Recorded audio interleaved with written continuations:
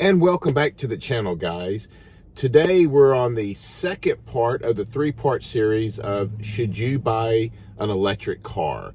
Yesterday's video talked about the purchasing of the car. So how much range do you need? What's your budget? Number one should be the budget.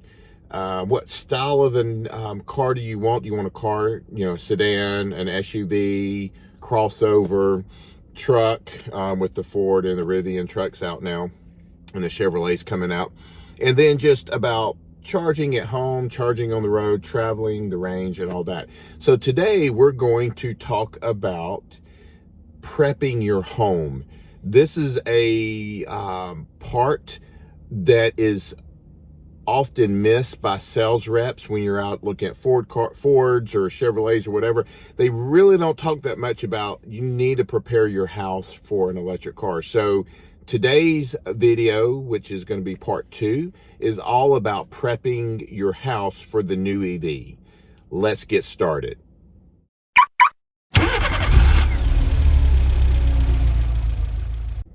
All right, and we're back. So let's talk prepping for your new EV that you've either ordered or just received or what have you. Again, the reason why I wanted to add this into the this three-part series was most dealers don't really explain this well when somebody's buying an EV. I mean, somebody's buying an EV because they've seen one on the road, they've been in one, commercials or whatever, and they're like, I want to have it. Some are maybe about the environment. Some, like me, are more just about the technology and the smooth ride of an electric car compared to the environment. Not that the environment's not important. It's a very important thing, and we should be good stewards to the world that we live in. But that doesn't necessarily make the full decision for me. So talking to sales reps, just going in, acting like I'm interested, just doing some reconnaissance or whatever on how well salespeople know their product, which most sales reps at dealerships don't know their product very well at all. I usually go in knowing more than they'll ever be able to consume. But one of the things is I'm talking to sales reps from Ford, from Chevrolet, not Tesla. Tesla gets it because that's what they are. Rivian's the same way. But it's just, or Nissan or whatever, but they just skim over, oh, you need a charger. Plug it up to your 110 outlet and you'll be fine, or whatever. And it's just kind of an afterthought to them. Well, I'm here to say it is definitely not an afterthought. This is serious. This is something you've got to figure out early on and get outlet installed. So what type of outlet do you want to put into your garage? It's definitely not a 110. A 110 plug is going to give you 2 to 3 miles an hour added back into the battery pack, and that's just not enough. Not especially if you're driving 75, 100 miles a day, more, less, or whatever. It's just not enough. You really truly need a 240 volt outlet installed in your house, your garage, or even outside if you don't have a garage. And the reason why, well, a 240 volt outlet is more like a dryer outlet, so think of it that way. The reason why is you want as fast as possible to charge at night so that you are ready to go the next morning when you get into your car. So who installs that, of course, is an electrician, and I would say get 2 to 3 quotes from electricians. Ask in Facebook groups, things like that. Ask, who did you use for an electric charging outlet in your garage? Talk to people that may already have a car. Check with your local utility company. Sometimes they'll give you a rebate to have one installed. So you want to do that. Now I'll tell you the range for a 240 volt installation varies. I mean, for me, I've paid $500 for one to be installed years ago. I know today's inflation numbers and all that, the price of everything has gone up.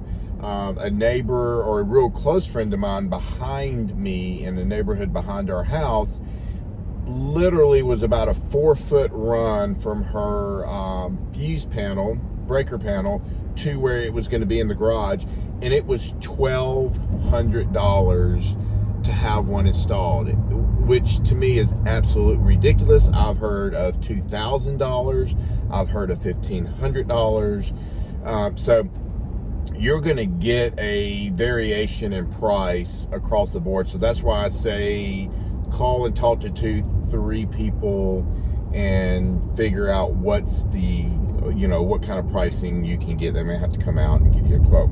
Secondly, you got to decide if you're going to use the charger that is that you received with your car.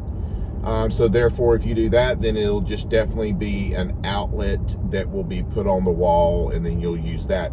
Some cars these days, or the manufacturers, are not providing outlets or providing charging cables anymore.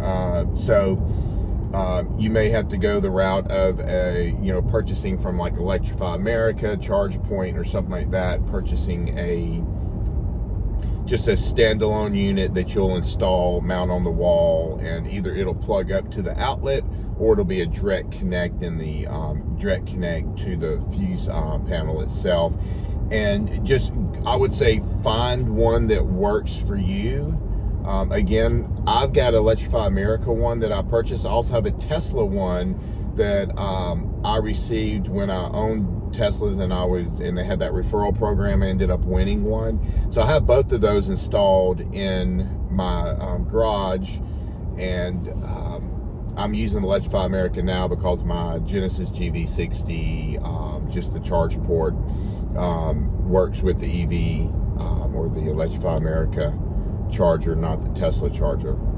So I chose the Electrify America charging, especially with having the app to go travel and use the app. Then also the app is used on the local charger at my house as well. So you want to call 2 or 3, 4 different electricians, get pricing. You definitely want to have ordered a charger just as quick as you place the order on your car, or as soon as you picked up your car.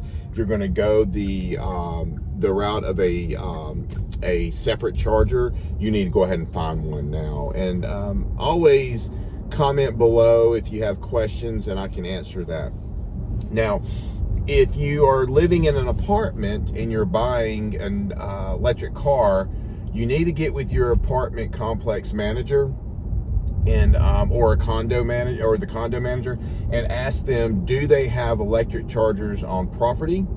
And if they don't, would they be willing to install one? And if they don't, then you've got to make sure you've got a charging, a place to charge close to your apartment, so you can maybe charge at night, then go back home or whatever.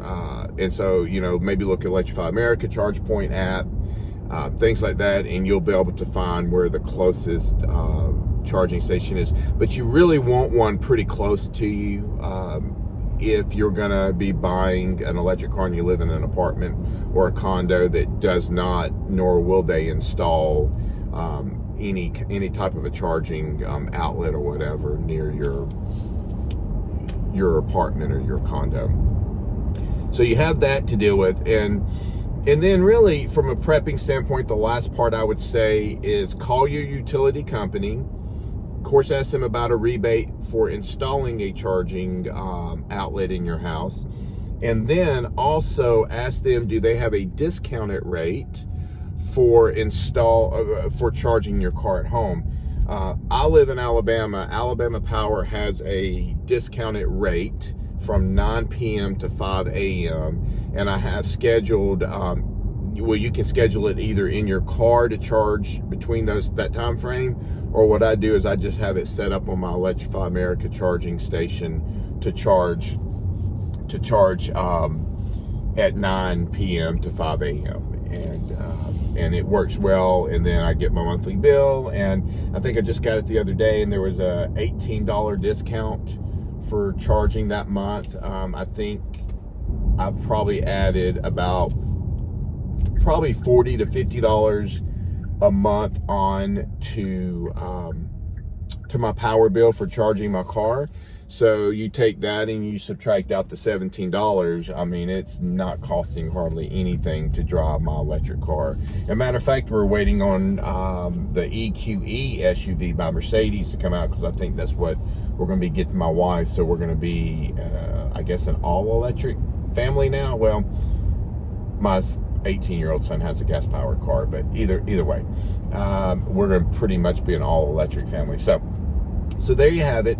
Prepping for your car, you need to get an outlet installed at your house.